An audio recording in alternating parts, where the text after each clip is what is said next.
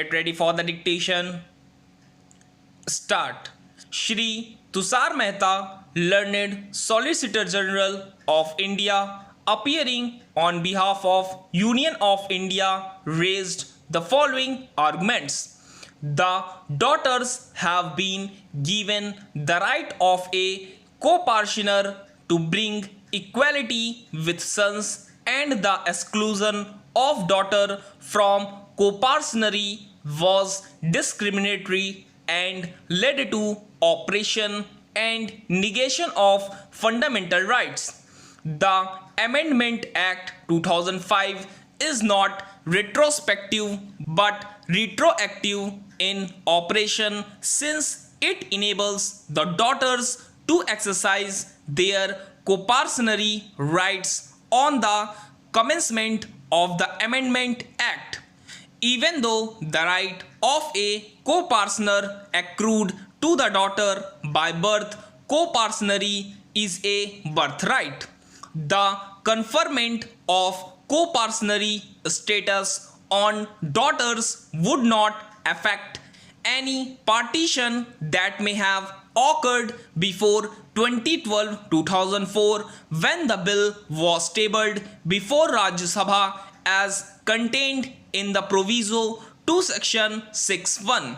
Hence, the conferment of right on the daughter did not disturb the rights which got crystallized by partition before 2012-2014. Unamended section 6 provided that if a male co-parsoner had left behind on death a female relative specified in class 1 of the schedule, or male relative claiming through such female relative, the daughter was entitled to limited share in the co-parsonery interest of her father, not share as a co-parsoner in her rights.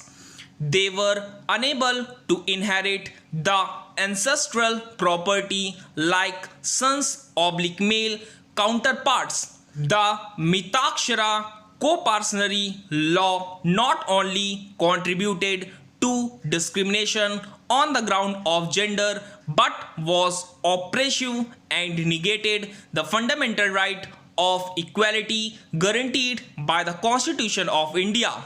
With effect from 9/9/2005, the date of enforcement of Amendment Act, the daughters became co-parsoners by birth in their own right, with the same liability in the co-parsonery property as if she had been a son. The explanation contained under section 6(1) concerning conferral of rights as co-parsoner daughter as co-parsoner shall not affect or invalidate any disposition or alienation, including any partition or testamentary disposition of the property which had taken place before 2012-2004. After submission of the provisions of section 6, the devolution of co-parsonery by survivorship has been abrogated. Now, in case of death of co-parsoner male/female, the co-parsonery interest would not devolve by survivorship but by intestate succession under the provisions of the Hindu Succession Act, or based on testamentary succession.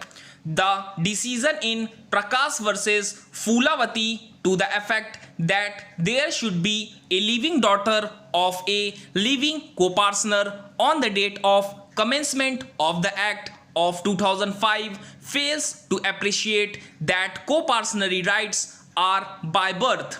The date of a Hindu co-parsoner father or any other co-parsoner is only relevant for the succession of his co-parsonery interest under section 6(3) of the Act of 2005. The death of any co-parsoner does not bring to an end any co-parsonery.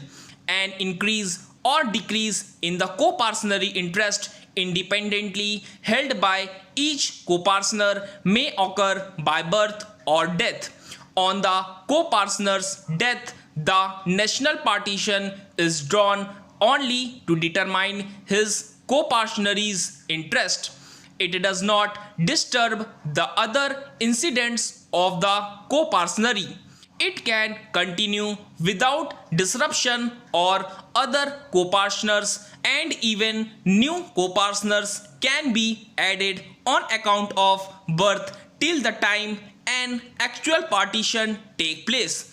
Co-partnership interest becomes definite only when a partition is effected. The daughter of a co-partner in section 6 does not imply the daughter of a living co-partner or father, as the death of the co-partner oblique father does not automatically lead to the end of co-partnership, which may continue with other co-partners alive.